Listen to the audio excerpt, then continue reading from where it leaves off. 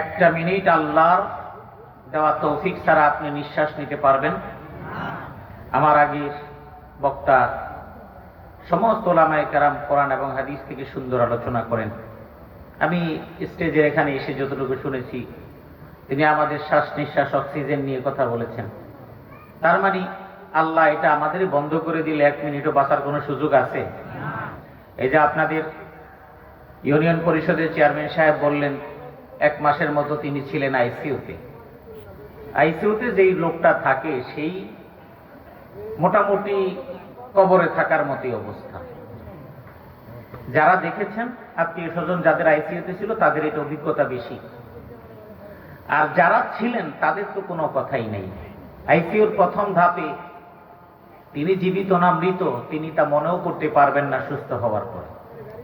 তাকে যদি বলা হয় যে আপনার প্রথম 5 দিন এমন অবস্থা ছিল, বলবে আমি কিছুই জানি না। ঠিক কিনা বলেন? তাহলে সেই মানুষটা মৃত ছিল। আপনি যখন ঘুমিয়ে থাকেন তখন আপনি জীবিত না মৃত? এক হিসাবে জীবিত। আপনার হার্ট চলে, আপনার পালস চলে, কিন্তু আপনি কিন্তু আদতে মৃত। কারণ আপনি ঘুমিয়ে পড়েছেন, ভূমিকম্প হয়েছে, টের পান নাই। পাশের বিল্ডিং এ চিল্লাচিল্লি হয়েছে, আপনি টের পান নাই। রাস্তার মধ্যে চিল্লাচিল্লি হয়েছে, আপনি টের পান নাই। আপনার সব অঙ্গ প্রত্যঙ্গগুলো সচল ছিল। এই সচল রেখেছেন কে? জোরে বলেন কে? আপনারা জানেন, গত 2 দিন আগে আমার এলাকায়, আমি বিজয়নগর বাইতুল নূর জামে মসজিদে আমি জুমা পড়াই। আমার মসজিদের পাশের মসজিদ হলো কালভার্ট রোড। এই মসজিদে জুমার নামাজের পরেই বাংলাদেশে সবচাইতে নেক্কারজনক ঘটনা ঘটে গেছে। ওসমান হাদি নামক একজন তরুণ বিপ্লবী, একজন গণ অভ্যুত্থানের নায়ক, এবং ঢাকা একটা আসন থেকে তিনি পদপ্রার্থী হয়েছিলেন। আততায়ী তথা বন্ধু সেজে যে মানুষগুলো কাছে কাছে ঘুরেছিল, একদম খুব কাছ থেকে গুলি করে তার মাথার এই কানের উপর দিয়ে ঢুকে কপাল দিয়ে বেরিয়ে গিয়েছে। তার মগজের মধ্যে গুলি ঢুকেছিল, তার অপারেশন করা হয়েছে। ডাক্তাররা যা বলেছে তাতে তার মগজ খুলে ফেলা হয়েছে, বা মাথার উপরের বাটি খুলে ফেলা হয়েছে, যেভাবে হোক চিকিৎসা বিজ্ঞানের যতটুকু করা। তিনি এখন আইসিইউতে আছেন, জীবন মৃত্যুর সন্ধিক্ষণে আছেন।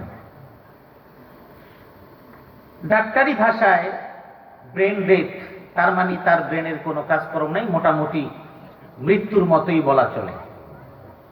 তারপরেও দেশবাসী আল্লাহর ক্ষমতার উপরে অসীম আস্থা প্রত্যেকটা মানুষের আছে, আছে না? আল্লাহ চাইলে মানুষ যাকে মৃত বলে, আল্লাহ তাকে আবার জীবিত করে তুলতে পারেন কি পারেন না? বহু ঘটনা এমন ঘটেছে, মৃত বলে ফেলে দিয়েছে, তারপরে তাকে কুকুরে টেনে টেনে, ছোট বাচ্চা ডাস্টবিনে ফেলে দিয়েছে, মনে করেছে মরে গেছে, পলিথিনের ভিতরে মোড়ানো। এরপরে কুকুরে টেনে ওখান থেকে বের করেছে, মানুষজন জড়ো হয়েছে, তারপরে হঠাৎ করে হাসপাতালে নিয়ে যাওয়ার পরে দেখে তার এখনো জীবনের স্পন্দন তার মধ্যে আছে। এমন ঘটনা কিন্তু আমাদের দেশে ঘটেছে। এমন অনেক হয়েছে, হসপিটাল থেকে ডেথ ঘোষণা করে সার্টিফিকেট দিয়ে দেওয়া হয়েছে। গোসল করানো হবে, মানুষজন লাশ নিয়ে গেছে, গোসল করাতে গিয়ে হঠাৎ করে নড়াচড়া অনুভব করেছে। যারা গোসল করাবে, গোসল করানো বাদ দিয়ে দৌড় দিয়েছে, ভয় আটকে উঠেছে। দেখা গেছে তার মধ্যে জীবনের স্পন্দন আছে। এই রকম ঘটনাও অনেক ঘটেছে। তার মানে আল্লাহ চাইলে পারেন, এটা বিশ্বাস আমাদের আছে না নাই? আমরা দোয়া করি, ওসমান হাদি একজন তরুণ নেতা, তার ছোট্ট একটা বাচ্চা আছে। এমন মর্মান্তিক ঘটনা, এমন দুর্ঘটনা, এটা আমরা মেনে নিতে পারি না। মতের ভিন্নতা মানুষের থাকতেই পারে, কিন্তু মতের ভিন্নতা থাকলেই তাকে পৃথিবী থেকে সরিয়ে দিতে হবে, এটা কোনো মানুষের কাজ হতে পারে না। আমরা দোয়া করি আল্লাহ পাক আমাদের ছোট ভাই ওসমান হাদিকে আল্লাহ পরিপূর্ণ সুস্থতা দান করুন। আমরা কারো জীবনের অবসান ঘটুক এটা আমরা চাই না। বাংলাদেশে নতুনভাবে নির্বাচনের তফসিল ঘোষণা করা হয়েছে। বিভিন্ন আসনে বিভিন্ন প্রার্থীরা জনসংযোগ করছেন। আমরা রাজনৈতিক অঙ্গনের অস্থিরতা মুক্ত একটি বাংলাদেশ দেখতে চাই। আল্লাহ আমাদের এই দেশটাকে শান্তিময় এবং শান্তিপূর্ণভাবে কবুল করুন, সকলে বলি আমিন। যারা নির্বাচন করবেন প্রত্যেকের নিরাপত্তা এবং পারস্পরিক কাদা ছোড়াছুরি, পারস্পরিক মতের ভিন্নতা থাকা সত্ত্বেও কারো উপরে কোনো আক্রোশ এবং আক্রমণ যেন না হয়, আমাদের ভিতরকার মনুষ্যত্ব বোধকে আল্লাহ জাগ্রত করে দিন, আমিন। আমাদের সুন্দর একটি বাংলাদেশ চাই, আমরা রহমতপূর্ণ একটি বাংলাদেশ চাই। আল্লাহ আমাদের জন্য এই ছোট্ট ভূখণ্ডকে কবুল করুন, আমিন। আগামীকাল এবং পরের দিন আমারই খুব কাছের দুজন ভাই আসবেন, মোল্লা নাজিম ভাই আসবেন, আবুল কালাম আজাদ বাসার ভাইও আসবেন।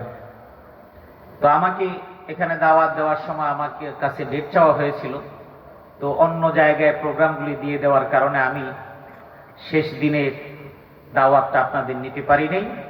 আমি আজকের দিনের ব্যাপারে বলেছি, আমি গেলে আজকের দিনে যেতে পারি। এখনো পর্যন্ত এই ডেটটা কয়েকজনকে দিয়েছি, কেউ কনফার্ম করে নেই। আমাদের ভাই, আপনাদের মাস্টার সাহেব নাজমুল মাস্টার ভাই, উনি আপনাদের পক্ষ থেকে যোগাযোগ করেছেন, সেজন্য আজকে আপনাদের মাঝে এসেছি। কিছু সময় কথা বলবো ইনশাআল্লাহ। যে বিষয়ের উপর কথা বলবো, দুইটা পার্টে কথা বলবো। একটা হলো হজ আর একটা হলো যাকাত। কোরআনে কারীমের একটি আয়াত তেলাওয়াত করেছি, মনোযোগ দিয়ে শুনবেন। জীবনের কাঙ্ক্ষিত মাকসাদ আপনার বাইতুল্লাহ থাকতে হবে। একজন মুমিন তার ঈমানের দাবি হলো তার মনের ভিতরে বাইতুল্লাহ জিয়ারতের মাকসাদ থাকা লাগবে, মসজিদে নববীতে নামাজ আদায় করার তামান্না থাকতে হবে। আপনাদের অন্তরে আছে না? আছে না? সবারই তো আছে, কিন্তু অনেকের মনে একটা হতাশা আছে।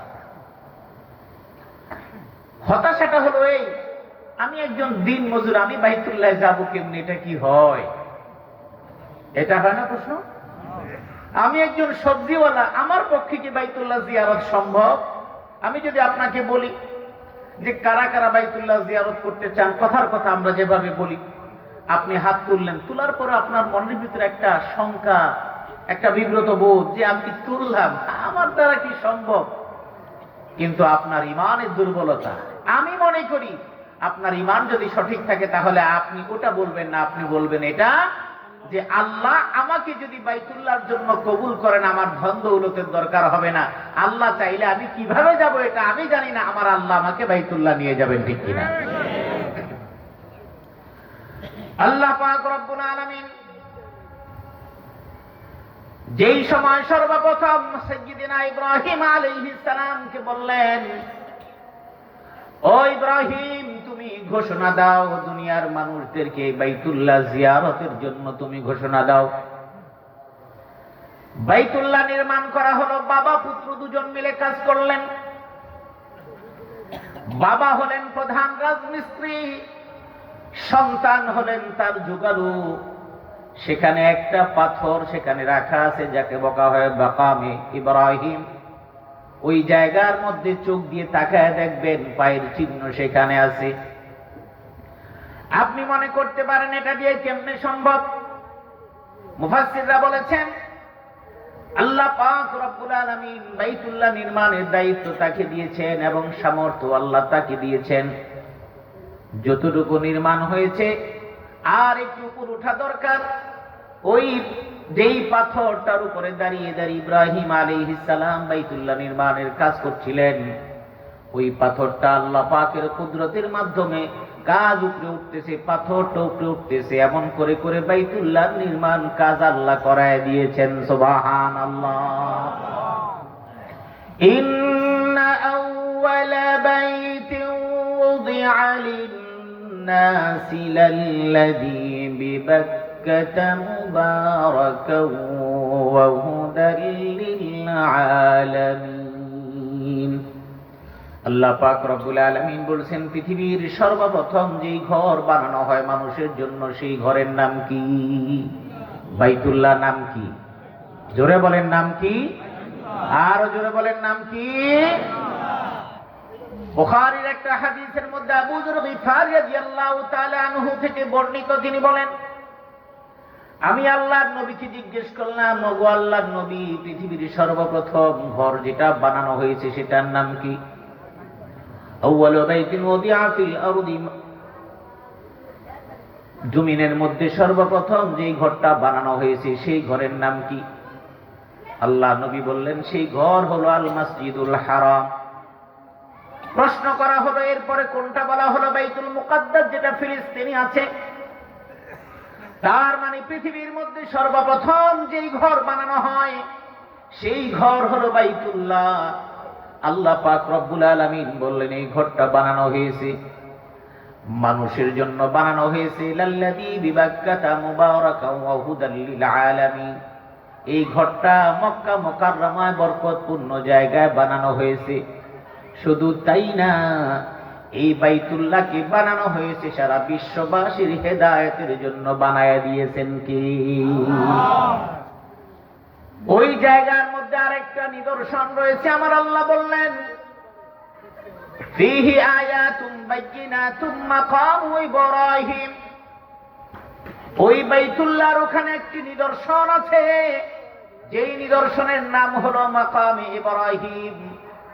আর বললেন, ওয়ামান দাখালাহু কানা আমিনা। ওই বাইতুল্লাহর সীমানার মধ্যে, মসজিদে হারামের মধ্যে সীমানার মধ্যে যে ঢুকে যাবে সে নিরাপদ হয়ে যাবে। তার মানে কি? আল্লাহর নবীর যুগের আগে ওই জাহিলি সভ্যতার মধ্যে মুশরিকদের মধ্যে ঝগড়া বিবাদ, মারামারি, কাটাকাটি, যুদ্ধ বিগ্রহ, গোত্রে গোত্রে দ্বন্দ্ব ছিল। কিন্তু আল্লাহ পাক রব্বুল আলামিন এই মসজিদের এরিয়া, এই শহরটাকে নিরাপদ শহর হিসেবে ঘোষণা করে দিয়েছেন।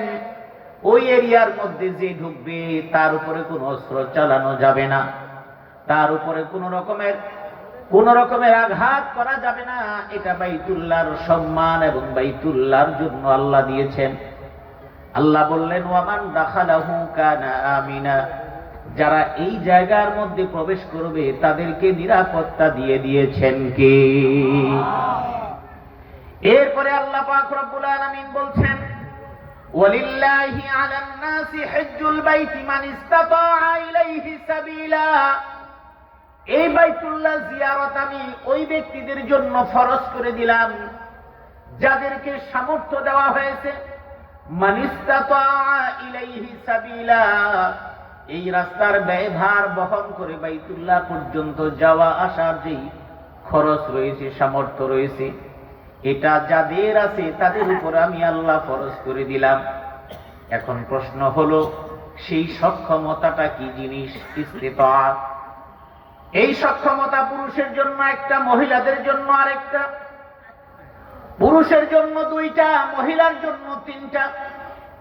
সক্ষমতা কি জিনিস? এক নাম্বার হলো আল ইস্তিতাআতুল মালিয়া।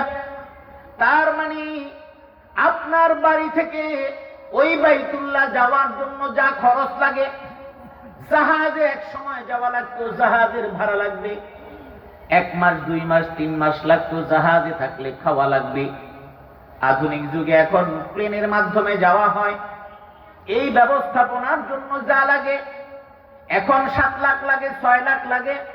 সুতরাং যখন যা লাগবে ওই পরিমাণ সামর্থ্য যদি আপনার অর্থনৈতিক সক্ষমতা আপনার থাকে, তাহলে আপনার উপরে এই হজে যাওয়া আপনার উপর খরচ করে দিলেন কি? এখন আপনি বলবেন, আমার ঘর তো উঠাই নাই, আমার ব্যাংকে 7 লাখ টাকা আছে, আমি জমা রাখছি।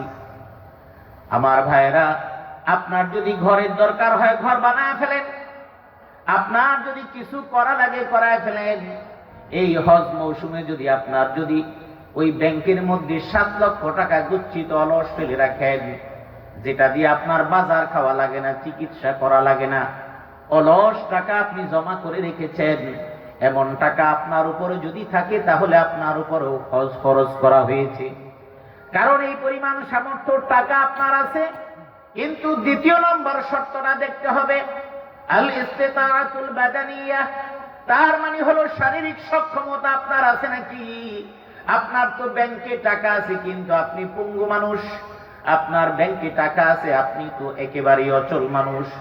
যদি আপনার শারীরিক ক্ষমতা থাকে আর যদি আপনি মালের মালিক হন, আপনার উপর হজ ফরজ হবে, তবে এটা আপনি নয়, আপনার পক্ষ থেকে কেউ আদায় করে দিবে।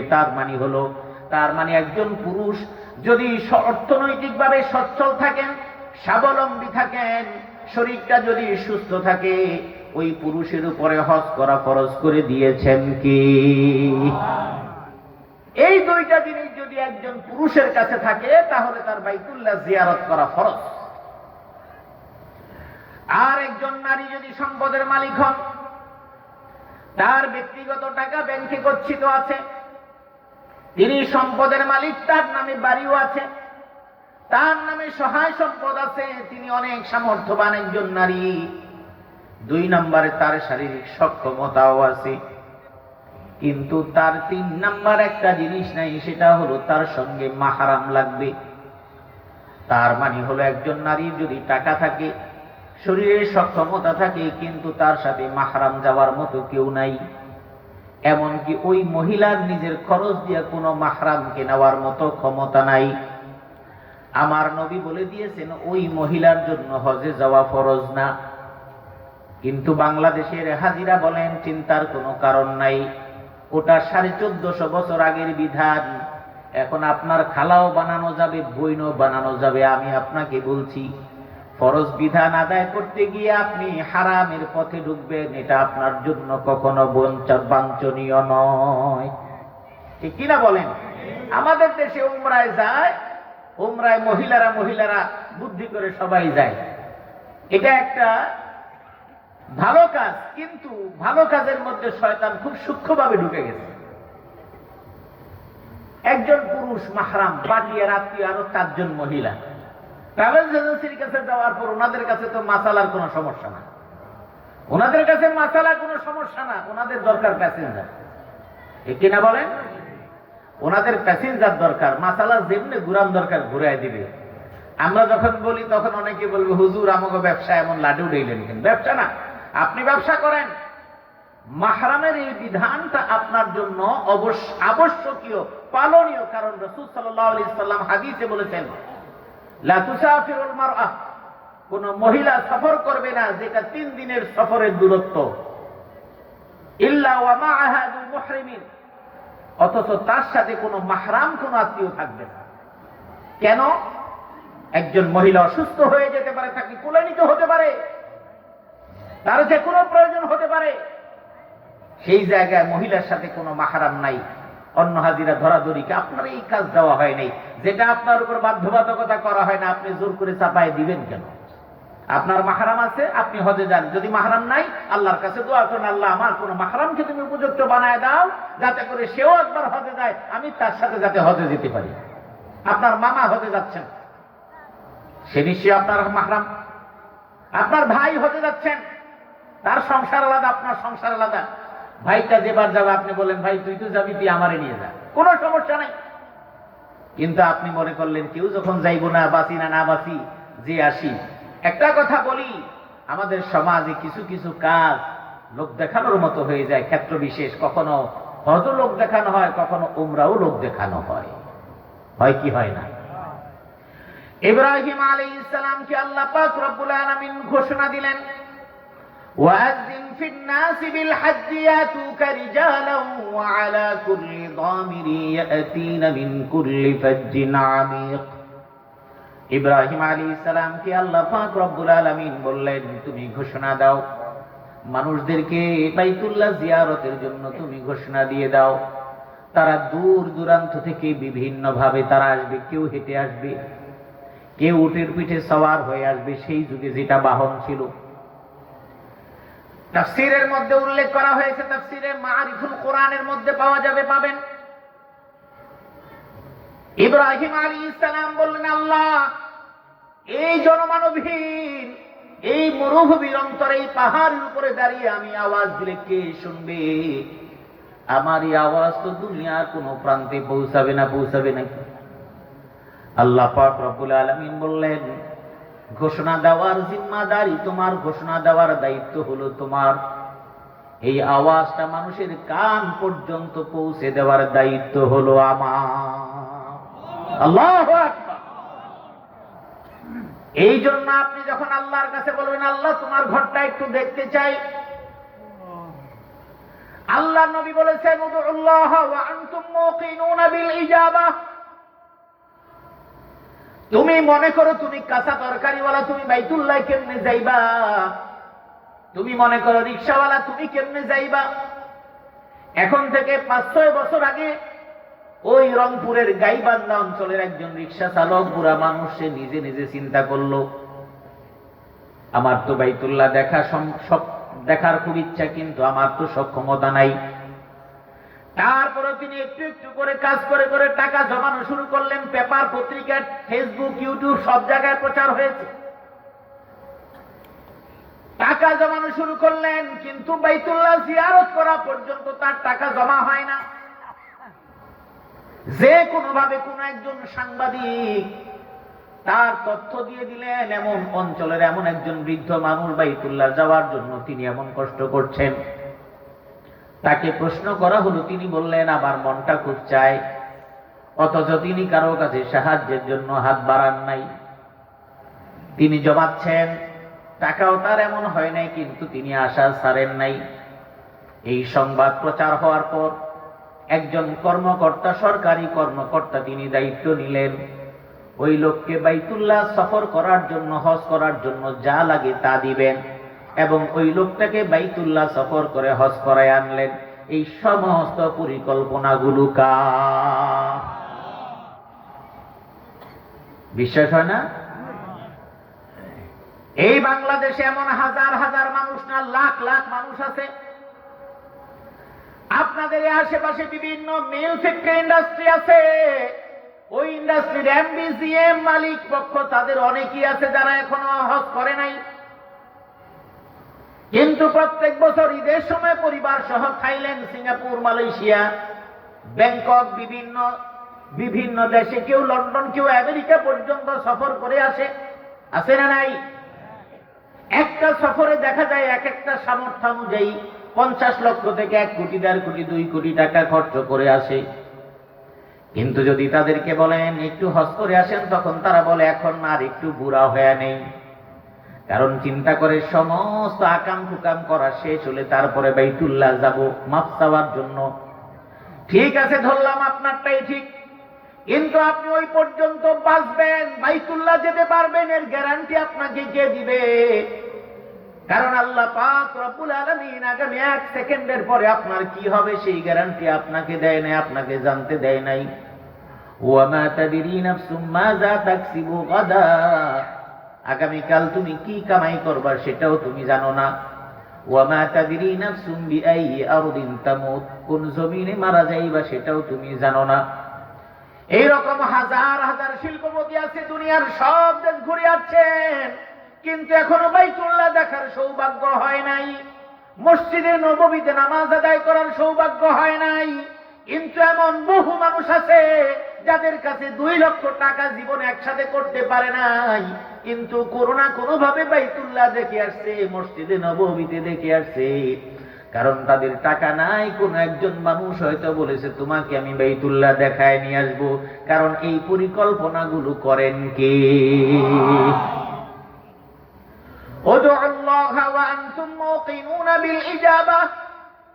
নবী বলছেন তুমি দোয়া করো। কেমন করে দোয়া করবা? দোয়া করার সময় তোমার অন্তরের মধ্যে এমন বিশ্বাস রাখবা আমার দোয়া আল্লাহ অবশ্যই কবুল করবেন। যেই দিন তুমি এইভাবে দোয়া করতে পারবা, ওই সময় ওই দোয়াগুলো কবুল করে নিবেন কে? অসংখ্য ঘটনা চোখের সামনে আছে, যেই মানুষটার সামর্থ্য নাই কিন্তু বাইতুল্লাহ জিয়ারত করে আসছে। অনেক ঘটনা আছে। অনেক ওলামায়ে কেরাম আছেন নিজের টাকা নাই কিন্তু বাইতুল্লাহ জিয়ারত করেও আসছেন, হজ করে আসছেন। আছে না? কে পাঠাইছে? উনি আল্লাহর কাছে বলছে। ওই মসজিদের কোন মুসল্লি হয়তো তার মনের মধ্যে তাকে কোনোদিন চিনেও না, জানেও না। কোন একজন মুসল্লি তার ভক্ত হয়ে গেছে, কথায় কথায় একদিন হয়তো বলছে হুজুর হজ করছেন নাকি? বলে যে না আমার তো হজ হয় নাই, আমার তো সামর্থ্য নেই, যা বেতনাদি পাই।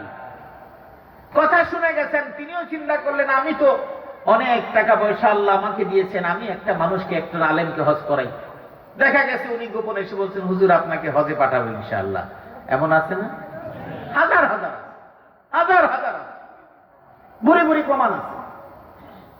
তাই ওই লোকটাকে পাঠাইল কে পাঠাইল?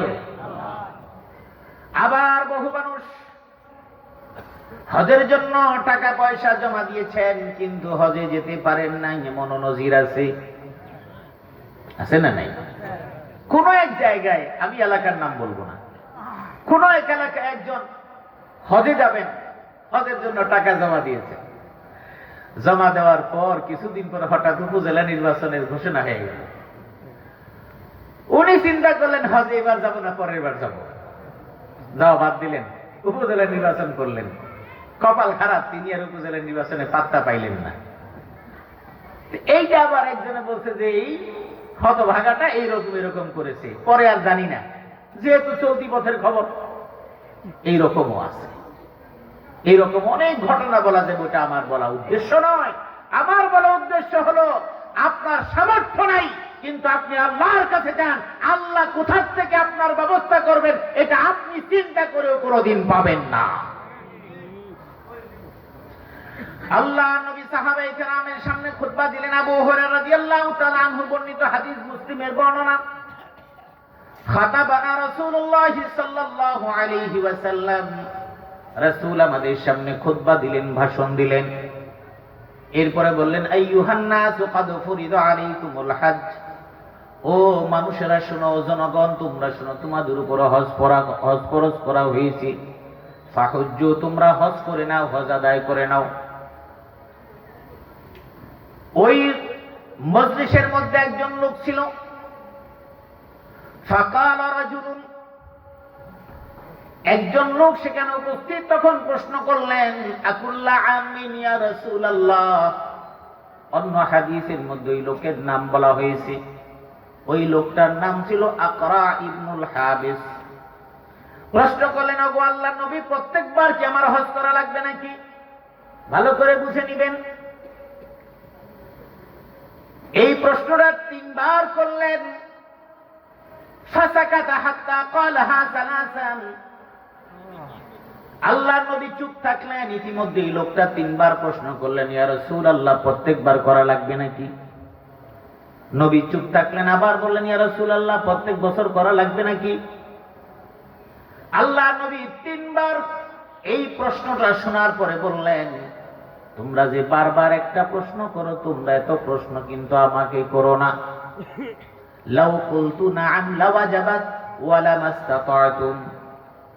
তোমার প্রশ্নের জবাবে আমি যদি হ্যাঁ বলতাম, তাহলে তোমাদের প্রত্যেকবার হজ করা লাগতো। ওয়া লামাস্তাতা'তুম, আর আমি জানি প্রত্যেক বছর হজ করা তোমাদের জন্য সম্ভব হবে না। সক্ষমতার কথা কেন বলা হয় জানেন? হজ এখান থেকে সফর করবেন 8 ঘন্টা বিমানের, এরপরে বিভিন্ন ধরনের জার্নি আছে। ওখানে গিয়ে বাইতুল্লাহ কিংবা মসজিদে নববীতে নামাজ আদায় করবেন, এটা তো কোনো কষ্টের কাজ না। কষ্টের কাজটা হলো হজের যে মূল 5 দিনের কাজ, ওই কাজটা হলো কঠিন। ওই দিন বোঝা যায় যে আসলে হজ করতে শক্তি সামর্থ্যের দরকার হয়। কারণ হলো, আপনি যেখানেই থাকেন, আপনি তো শেষ সময় বাইতুল্লাহ যাবেন, মক্কা মুকাররমায় যাবেন। সেখান থেকে আপনাকে প্রথমে মিনায় যেতে হবে। মিনা থেকে আপনি আরাফাতে যাবেন, আরাফাত থেকে মুজদালিফায় আসবেন, মুজদালিফায় রাত্রি যাপন করে সকালবেলা আপনি মিনার তাঁবুতে আসবেন। এখানে আসার পরে এখান থেকে জামারাত পাথর মারতে যেতে হবে।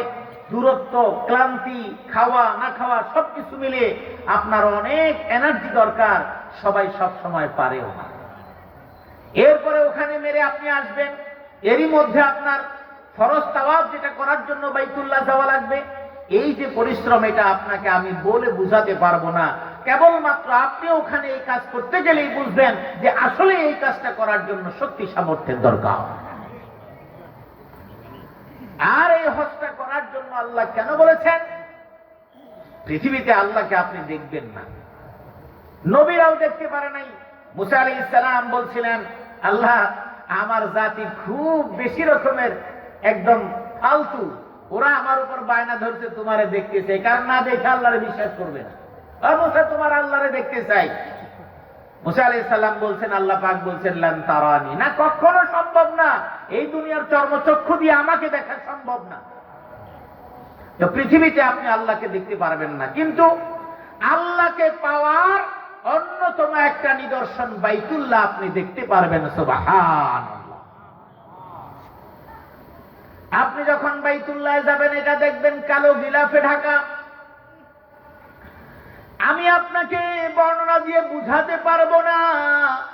পৃথিবীতে যত দৃশ্য আপনি দেখেন, বাইতুল্লাহর কালো গিলাফের দিকে তাকালে আপনার চক্ষুটা শীতল হয়ে যাবে, অন্তরটা শীতল হয়ে যাবে। আপনি ওখানে কিছু করা লাগবে না।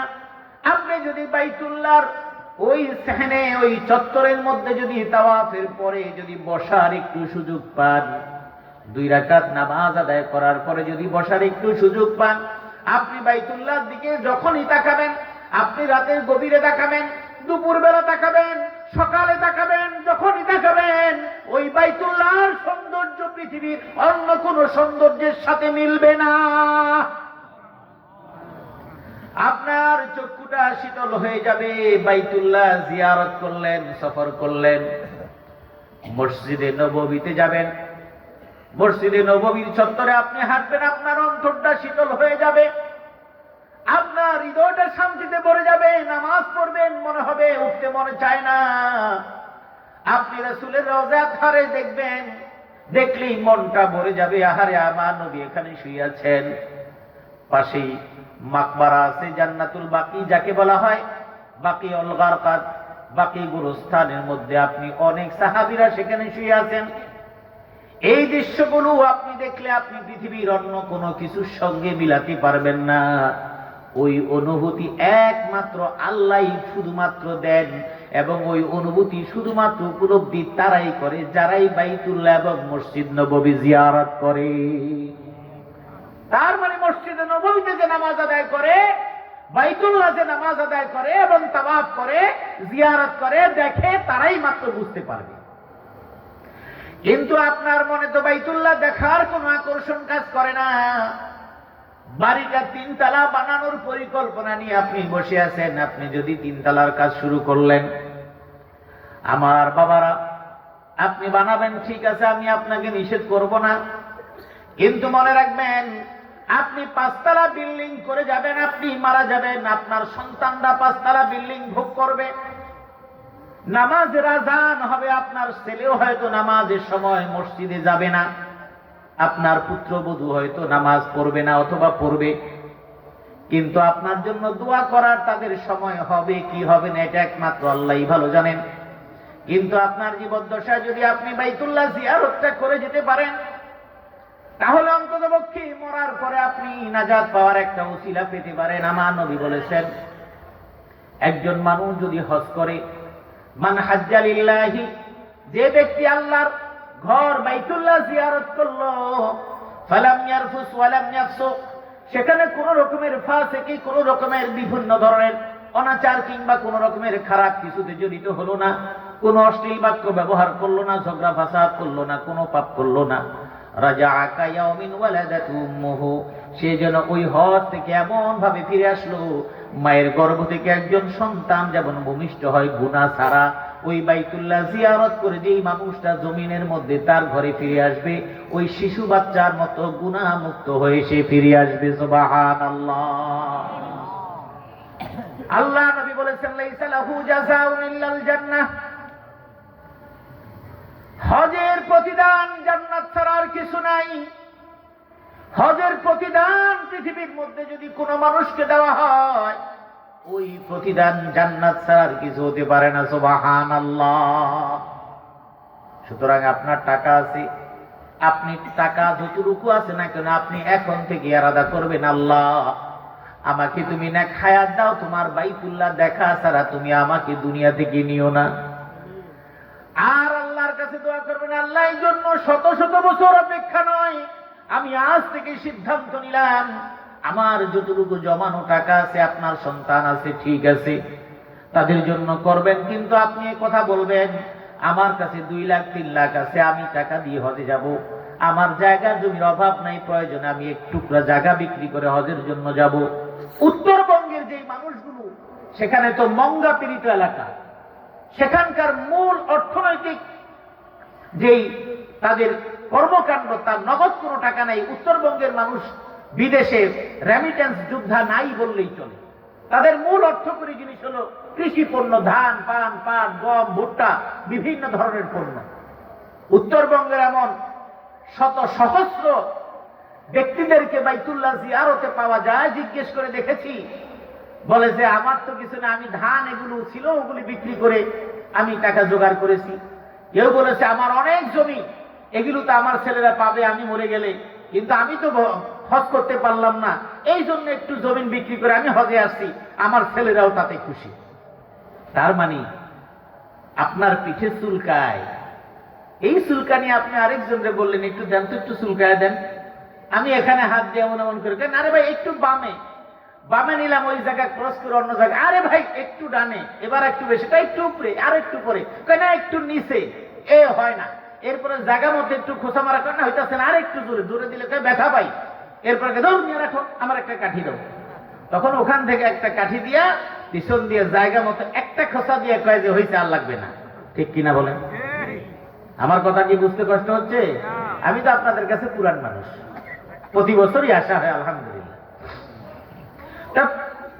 একদম টু দা পয়েন্টে যখন যার চুলকানি, সে যখন টু দা পয়েন্টে খোসা মারে, একবার নিচে দেয়, একবার উপরে উঠে, দুইবার দিলেই কাম ফিনিশ। অথচ আরেকজন দিয়ে বারবার খোঁচাইতেছে, কাজ হয় না। আপনার জীবদ্দশায় আপনি বাইতুল্লাহ যদি দেখতে পারেন, আপনি মরে যাওয়ার পর আপনার ছেলেরা মেয়েরা কি করবে? এই জন্য ভাইরা, তোমরা রাগ করো না, আমার বাবারে ফুসলাই দেয়া গেল না, ফুসলাই না। তোমার জন্য যেটা রিজিক বরাদ্দ সেটা আল্লাহ তোমাকে দিবেন, তোমাকে আল্লাহ মাহরুম করবেন না। বরং তোমারও দোয়া থাকা দরকার, আল্লাহ আমার বাবা যেন হজ করতে পারে, আমার মা যেন হজ করতে পারে, আমিও যেন আমার পরিবার সহ হজ করতে পারি। এটা ঠিক। আপনি যদি দোয়া করেন, এই দোয়া কখনো বিফলে যায় না। কারণ এইরকম অনেক কিছু আছে, নিজেদের প্রসঙ্গে কথা বলবো না, এইরকম বহু নজরিয়া, বহু দৃষ্টান্ত আছে। বাইতুল্লাহ দেখার পরে প্রথম দোয়া করছে, আল্লাহ তুমি তো আমারে আনলা, আমি চাই আমার বাপ তারে যেন নিয়ে আসতে পারি। এজন্য বেশি দেরি করতে হয় না, 1 বছর পরে আল্লাহ কবুল করে দিয়েছেন, সুবহানাল্লাহ। এজন্য ভাই দোয়া করা লাগবে। এখন প্রশ্ন হলো, আপনার টাকা পয়সা তো আপনি মায়া ছাড়তে পারেন নাই। এদেশে বহু মানুষ আছে যারা নাকি টাকা আছে, কিন্তু হজ করার সৌভাগ্য তাদের হয় না। যেই মানুষগুলো টাকাওয়ালা, আপনি বলতেছেন আপনার নাই, আল্লাহ পাক রব্বুল আলামিন জানেন আপনার আছে না নাই। ঠিক কিনা বলেন? পৃথিবীর মানুষ জানে না, কিন্তু আল্লাহ সব জানেন। কোন টাকাটুকু খরচ করলে তুমি বাইতুল্লাহ জিয়ারত করতে যেতে পারতা? আল্লাহ নবী বলেছেন, হযরত আলী রাদিয়াল্লাহু তাআলা আনহু বর্ণিত হাদিস, যেই মানুষটার কাছে টাকা আছে, ধন সম্পদ আছে, কিন্তু থাকার পরেও কৃপণতা করে, অলসতা করে বাইতুল্লাহর জন্য আদা করলো না, কত বড় কথা আমার নবী সতর্ক করে দিয়েছেন। নবী বলেছেন, মান মালাকা যাদান ওয়া রাহিলাতান তুবাল্লিগুহু ইলা বাইতিল্লাহিল হারাম ফালাম ইয়াহুজ্জা ফালা আলাইহি আন ইয়ামুতা ইয়াহুদিয়ান আও নাসরানিয়া ওয়া যালিকা আন্না আল্লাহ তাবারাকা ওয়া তাআলা ওয়ালিল্লাহি আলান নাসি হিজ্জুল বাইতি মান ইসতাতাআ ইলাইহি সাবিলা। আল্লাহ নবী বলেছেন, মান মালাকা যাদান ওয়া রাহিলাতান তুবাল্লিগুহু ইলা বাইতিল্লাহ, যাকে আল্লাহ পাক রব্বুল আলামিন ওই বাইতুল্লাহ পৌঁছার মতো পর্যন্ত সামর্থ্য দিল, বিমান ভাড়া দেওয়ার মতো সামর্থ্য আছে, মুআল্লিম ফি দেওয়ার মতো সামর্থ্য আছে, হজ করার জন্য যা দরকার সবটুকু সামর্থ্য দিয়ে আল্লাহ তাকে দিলেন, কিন্তু তিনি হজ করলেন না। আল্লাহ নবী বলছেন, ফালা আলাইহি আইয়ামুতা ইয়াহুদিয়ান আও নাসরানিয়া, সেই ইহুদি হয়ে মারা যাক কিংবা খ্রিস্টান হয়ে মারা যাক, তাতে কিছু আসে যায় না। তার মানে হলো, ওই ব্যক্তি যেই কিছু হয়ে মারা যাক, আমার নবীর দায়িত্ব তার ব্যাপারে নাই। নাউজুবিল্লাহ। আমার ভাইয়েরা, তার মানে হলো সামর্থ্য থাকলে হজ করা লাগবে। আর এটাও সতর্ক করে দিলেন, যদি সামর্থ্য থাকা সত্ত্বেও না করেন তাহলে ভয়াবহ পরিণতি। আবার এই সমাজের মধ্যে এমন অনেক মানুষ আছে যাদেরকে টাকার মালিক বানাইছেন, কিন্তু টাকাগুলো হালাল না, হারাম পন্থায় উপার্জিত টাকা। মানুষকে ঠকানোটা কেমন আছে না নাই? কোটি কোটি টাকা আত্মসাৎ করেছে, চুরি করেছে, দুর্নীতি করেছে, মালে ভেজাল দিয়ে উপার্জন করেছে, লুটতরাজ করেছে, মানুষের উপরে জুলুম করে টাকা আদায় করেছে, কিন্তু এখন বাইতুল্লাহ রওনা হচ্ছে। নবী বলছেন এমন যেই মানুষগুলো বাইতুল্লাহ যাওয়ার জন্য ইজা খারাজাল হাজ্জু হাজ্জান বিনাফাকাতিন তাইয়্যিবা, একজন হাজী যখন হালাল পন্থায় উপার্জিত সম্পদ দিয়ে যখন হজ করার জন্য যখন সে রওনা হয়, এরপরে যখন সে পাওটা তার বাহনের মধ্যে রাখে, এরপরে যখন বলে লাব্বাইক আল্লাহুম্মা লাব্বাইক, এরপরে যখন সে ঘোষণা দেয় লাব্বাইক আল্লাহুম্মা লাব্বাইক, এই কথা যখন ঘোষণা দেয়, আল্লাহ পাক রব্বুল আলামিন নাদাহু মুনাদিন মিনাস সামা, হালাল উপার্জিত অর্থ দিয়ে যদি বাইতুল্লাহ জিয়ারতের জন্য যদি রওনা হয়ে যদি তালবিয়া পড়ে, আসমান থেকে একজন ফেরেশতা ঘোষণা দিয়ে বলে লাব্বাইক ওয়া সাদাই, তোমার এই হাজিরা আল্লাহ রব্বুল আলামিন কবুল করেছেন। সুবহানাল্লাহ। তোমার হাজিরাটা কবুল করা এবং তুমি সৌভাগ্যবানদের কাতারে তুমি শামিল হয়েছো। আর ওয়াইদা খারাজাল হাজ্জু হাজ্জান বিনাফাকাতিন খাবিসা, আর যেই মানুষটা হজের জন্য রওনা হলো লুটতরাজের টাকা, চুরি করা টাকা, দুর্নীতি করা টাকা, মানুষকে ঠকানো টাকা, এই টাকা দিয়া হজ করার জন্য রওনা হলো, আর যখন বাহনের মধ্যে পা রেখে বলল লাব্বাইক আল্লাহুম্মা লাব্বাইক, ফানাদাহু মুনাদিম মিনাস সামাই লা লাব্বাইক ওয়া লা সা'দাইক, তখন একজন ফেরেশতা ঘোষণাকারী ঘোষণা দিয়ে বলে তোমার হাজিরা গ্রহণযোগ্য নয়, তুমি সৌভাগ্যবানদের কাতারে নও, কারণ জাদুকা হারামুন ওয়া রাহিলাতুকা হারামুন, তোমার পাথেও হারাম, তোমার মালপত্র হারাম, তোমার সবকিছু হারাম, ইহরামের কাপড়টাও হারাম, বিমান ভাড়ার টাকাটাও হারাম, সবকিছুই হারাম, তোমার হজ আল্লাহর দরবারে কবুল হওয়ার উপযুক্ত রাখে না। তার মানে এই হজ এটা আল্লাহর পক্ষ থেকে শুধুমাত্র সৌভাগ্যবানদের জন্য আল্লাহ পাক রব্বুল আলামিন রেখে দিয়েছেন। সুতরাং হজের জন্য মনের মধ্যে এরাদা আছে না নাই? আছে না নাই? আল্লাহর কাছে হাত তুলে বলুন, আল্লাহ তোমার বাইতুল্লাহ জিয়ারত আমাদের জন্য নসিব করে দাও। আমি জীবদ্দশায় যেন তোমার বাইতুল্লাহ না দেখে তোমার রাসূলের রওজায়ে তাহারা এবং তোমার রাসূলের মসজিদে নববীতে নামাজ আদায় করা ছাড়া যেন আমার কাছে মালাকুল মউত না আসে, আমাকে তুমি কবুল করে নাও। সকলে বলি আমিন। 2 নাম্বার যাকাত, খুব অল্প সময়ে কথা বলবো। যাকাত ইসলামের আরেকটি ফরজ বিধান। নামাজ যেমন ফরজ, রোজা যেমন ফরজ, হজ যেমন সামর্থ্যবানের ফরজ, যাকাতও ঠিক মালের মালিকের উপর ফরজ। ঠিক কিনা বলেন? একজন রোজাদার যদি মাহে রমাদান পাওয়ার পরে যদি রোজা না রাখে, সে যেমন আল্লাহর কাছে গুনাহগার হয়, আল্লাহর কাছে যেমন আসামি হয়ে দাঁড়াবে। সামর্থ্যবান একজন ব্যক্তির উপরে যখন হজ ফরজ হয়, সে যদি হজ না করে, সে যেমন আল্লাহর কাছে আসামির কাঠগড়ায় দাঁড়াবে। নামাজ ফরজ হয়েছে বালেগ হওয়ার পরে যদি সুস্থ সবল একজন মুসলমান যদি আযান শুনে যদি নামাজ আদায় না করে, এই নামাজ আদায় না করার কারণে সে যেমন গুনাহগার হবে, আল্লাহর কাছে আদালতে দাঁড়াবে। একজন মানুষকে আল্লাহ পাক রব্বুল আলামিন যদি স্বর্ণ গয়নার মালিক বানান, নগদ টাকা পয়সার মালিক বানান, আর ওই মানুষটা যদি যাকাত আদায় না করে, ওই মানুষটাও আল্লাহর কাছে বিচারের কাঠগড়ায় দাঁড়িয়ে যাবে। তার মানে কি? নামাজ রোজা যেমন হজ, যাকাত এমন হজ, যাকাত এমন ফরজ। এখন এই যাকাত আপনাকে আল্লাহ অর্থ সম্পদের মালিক বানাইছেন, তার মানে আপনার কোনো ক্রেডিট নেই, আপনার কোনো কৃতিত্ব নাই। আপনাকে সম্পদের মালিক না বানায়া আরেকজনকে মালিক বানাতে পারতেন, ঠিক কিনা? তাহলে আপনাকে মালিক বানাইলেন কেন? আপনাকে মালিক বানানোর কারণ হলো ওই এলাকার দরিদ্র সহায় মানুষগুলোর জিম্মাদারি আল্লাহ আপনার কাছে চাপায়া দিয়েছেন। এলাকার কিছু দুস্থ মানুষ আছে, আত্মীয় স্বজনের মধ্যে কিছু দরিদ্র মানুষ আছে, ওই মানুষগুলোকে না দিয়ে আপনার কাছে তাদের হকটা আপনার কাছে আমানত হিসেবে দিয়েছে। আল্লাহ রাব্বুল আলামিন বলেছেন ওয়া ফি আমওয়ালিহিম হাক্ক হাক্কুন লিসাইলি ওয়াল মাহরুম, যারা প্রার্থনা করে, যারা চায়, যারা বঞ্চিত, সমাজের মধ্যে অভাবগ্রস্ত মানুষ, এই অভাবগ্রস্ত মানুষগুলোর হক ওই মানুষগুলোর মালের মধ্যে দিয়েছেন কি? আপনার কিছুই ছিল না, এখন আপনি কোটি কোটি টাকার মালিক। আপনাকে না বানায় আপনি একজন অশিক্ষিত মানুষ, লেখাপড়া প্রাইমারির গণ্ডি পেরুতে পারেন নাই, কিংবা হাই স্কুলের গণ্ডি পেরুতে পারেন নাই, আবার অনেকে দেখতেও বেশি সুন্দর না, কিন্তু আপনি কোটি কোটি টাকার মালিক। আপনার অধীনে অনেক হ্যান্ডসাম, অনেক শিক্ষিত মানুষ আপনার অধীনে চাকরি করে।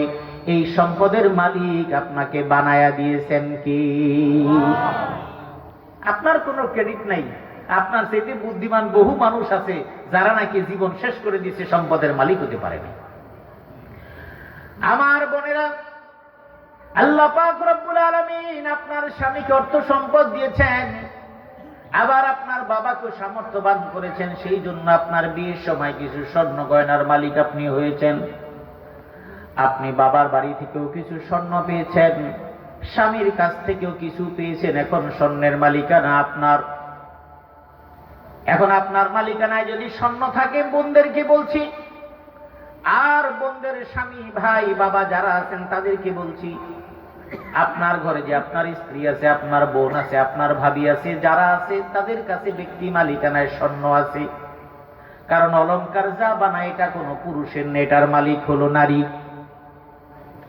আপনার কাছে যে স্বর্ণ অলংকার আছে, আর ভাই আপনার কাছে ব্যাংকে যেই টাকা আছে, কিংবা ব্যাংক আপনার ব্যবসা প্রতিষ্ঠানে যা আছে, এই সব কিছু মিলালে যদি আপনার কাছে 7.5 ভরি পরিমাণ স্বর্ণ, এই 7.5 ভরি পরিমাণ স্বর্ণের যে বাজার মূল্য হয়, সেই পরিমাণ যদি টাকা আপনার কাছে থাকে, অথবা যদি আপনার কাছে স্বর্ণ নাই, আপনার কাছে রৌপ্য পরিমাণ সম্পদ থাকে, তার মানে ধরেন 1 লাখ টাকা, 1.5 লক্ষ 2 লক্ষ টাকা আছে ব্যাংকে অলস, এই পরিমাণ যদি থাকে, তাহলে আপনার উপর যাকাত ফরজ।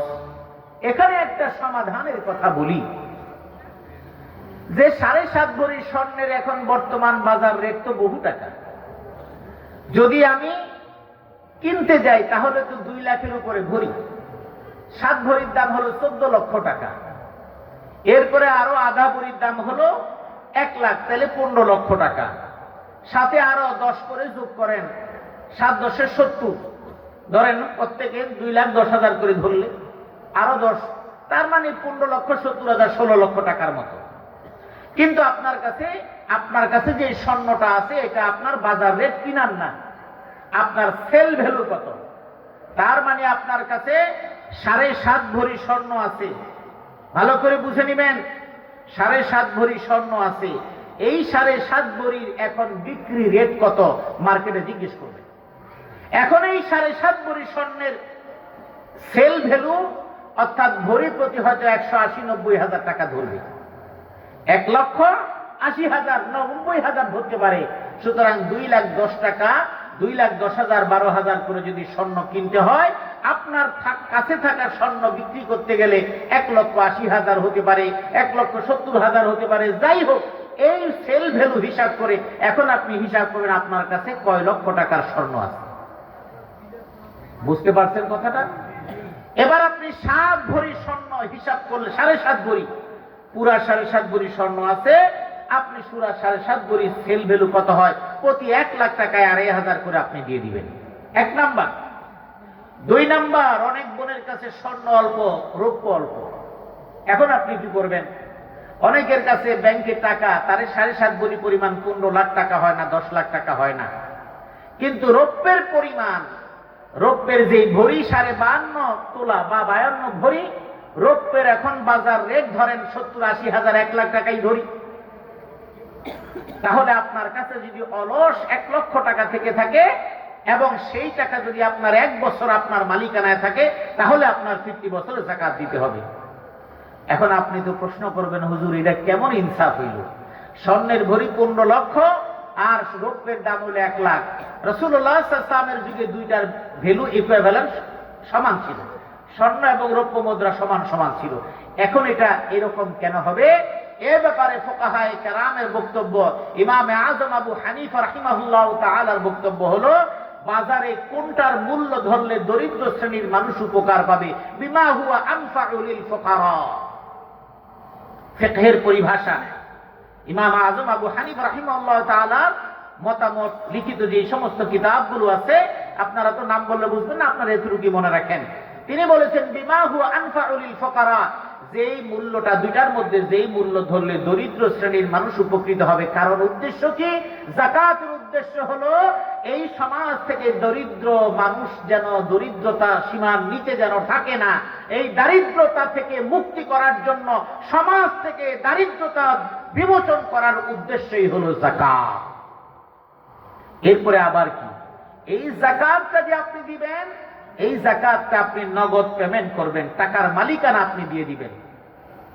এখানে নগদ টাকাটা দিবেন যাতে করে সে কিছু করতে পারে। কাউকে ঘর বানায় তাকে মালিক বানায় দিলেন, এই কাজগুলি করতে হবে। এখন অনেক ভাইয়েরা আছেন, ব্যবসা বাণিজ্যের অনেক টাকা পয়সা আছে, কিন্তু তারা হিসাব নিকাশ করেন যে আমার তো আসলে যাকাত হয় না, আমি তো ঋণগ্রস্ত আছি। ভাই, আপনার ওয়াইফের কি স্বর্ণ গয়না নেই? আছে তো, তাইলে তো আপনার ওয়াইফেরটা দেন না। কয় ওরটা তো কি দিব, আমি তো নিজে ঋণগ্রস্ত আছি। না, আপনার হিসাব আলাদা, আপনার ওয়াইফের হিসাব আলাদা। যেহেতু স্বর্ণের মালিকানা আপনার স্ত্রীর, সুতরাং এই জন্য আপনার স্ত্রীর স্বর্ণের যাকাতটা আদায় করতে হবে। আপনার স্ত্রী কোনো কাজকর্ম করে না, তো যাকাতটা দিবে কে? হয়তো আপনি দিয়ে দিবেন, কারণ আপনার দিতে হবে। এই জন্য স্ত্রী তো আপনার, তার দায় দায়িত্ব আপনার। যদি আপনি না দেন, হাদিসের মধ্যে আছে, কোরআনের মধ্যে আয়াতে আল্লাহ বলেন, ইয়াউমা ইউহমা আলাইহা ফি নারি জাহান্নাম ফাতুকুয়া বিহা জিবাহুহুম ওয়া জুনুবুহুম ওয়া যুহুরুহুম হাযা মা কানাসতুম লিআনফুসিকুম ফাযুকু মা কুনতুম তাকনিজুন। আল্লাহ পাক রব্বুল আলামিন কোরআনে বলেছেন এই আয়াত, যে কিয়ামতের ময়দানে স্বর্ণ, রৌপ্য, যা অলংকার আদি, টাকা পয়সা, ধন দৌলত, যাকাত দিলাম না, এগুলোকে আল্লাহ পাক রব্বুল আলামিন আগুনের বেরি পড়ায় গলার মধ্যে ঝুলাই দিবেন। হাদিসের মধ্যে আছে, যাকে সম্পদ বানানো হয়েছে, ওয়ালাম ইউআদ্দি যাকাতু, কিন্তু সে যাকাত আদায় করলো না, এই সমস্ত সম্পদগুলো একটা বিষধর সাপে রূপান্তরিত করে দেওয়া হবে এবং তার চেহারায়, তার বুকে, সিনার মধ্যে ছবল দিতে থাকবে আর বলবে, আনা মালুকা ওয়া আনা কানজুকা, আমি তোমার মাল, আমি তোমার পুঞ্জীভূত সম্পদ। সুতরাং যাকাত এটা আমাদের দেশে সবচেয়ে অবহেলিত ইবাদত। যাকাত আদায় করে না, কোরবানি দেয়, কিন্তু যাকাত দেওয়ার লোক খুঁজে পাওয়া যায় না। টাকা না থাকলেও ঋণ করে হলেও কোরবানি দেয়, কারণ কোরবানির গোশতটা নিজে খাওয়া যায়। যাকাত দিতে গেলে টাকা নিজের কাছে রাখা যায় না, দিয়ে দিতে হয়। এই জন্য মানুষ যাকাত আদায় করে না। কোরবানি ঋণ করেও কেন দেয়? কোরবানির গরু বান্ধা থাকলে মানুষ বুঝে 2 লাখ টাকা দিয়ে গরু কিনছে, বেটায় বহুত পয়সাওয়ালা। এই জন্য ভাই, এই যাকাতটা আল্লাহ পাক রব্বুল আলামিন একটা ফরজ বিধান আমাদের উপর দিয়েছেন, এটা পালন করা জরুরি। যদি কেউ 4 রাকাত নামাজের মধ্যে যদি 3 রাকাত পড়লে যেমন তার নামাজ আদায় হবে না, যাকাত ফরজ হয় এমন মানুষের যাকাতের পুঙ্খানু হিসাব না করে একেবারে থোকবারাদ্দ দিয়ে কোন রকম আদায় করলো, তার যাকাত আদায় হবে না। আর যাকাত আদায় না করলে আল্লাহ পাকের কাছে আমাদের শাস্তি ভোগ করতে হবে। অনেকে বলবে শাস্তি ভোগ করবো তো মরার পরে, দুনিয়া তো আর পাইলো না। না, হাদিসের মধ্যে একটা বলা আছে, যে হাদিসের মধ্যে রাসূল সাল্লাল্লাহু আলাইহি ওয়াসাল্লাম বলেছেন, মা তালিফা মালুন ওয়ালা বাহরুন ইল্লা উদ্দিয়া বিহি যাকাত, যে জলে কিংবা স্থলে যত সম্পদ ধ্বংস হয় একমাত্র যাকাত আদায় না করার কারণে। সুতরাং যাকাত দিবেন না, সম্পদ কোথা থেকে চলে যাবে এটা আপনি কারো পাবেন না।